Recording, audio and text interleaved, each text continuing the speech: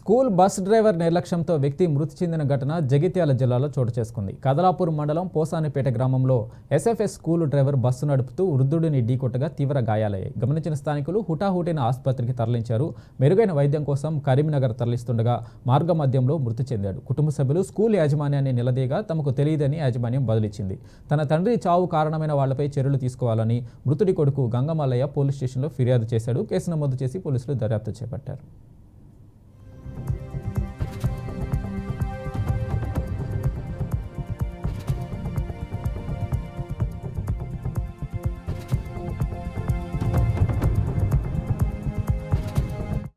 ఊళ్ళో ఎర్రన్న చాయ్ తాగడానికి హోటల్కి వెళ్ళిండు.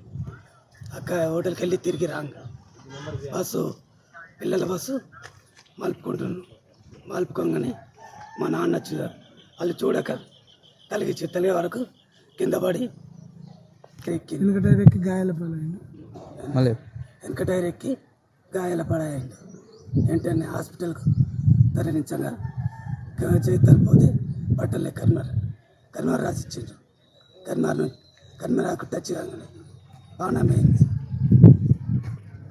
బస్ అక్కడికి రివర్స్ రాగానే బస్సు చూసుకున్నాడో తెలియదు మాకు. ఆయనతో నూక్క పెళ్ళి బస్ కింద పడ్డాక అట్లనే వచ్చిండు. అట్లనే అయితే మధ్యలో అయింది. మధ్యలో అయ్యి వెనక టైర్ ఎక్కింది చేతికి. నేను మొత్తుకున్న వరకు మంది రెండి ఆయనతో పక్కకు తీసుకుంటాను.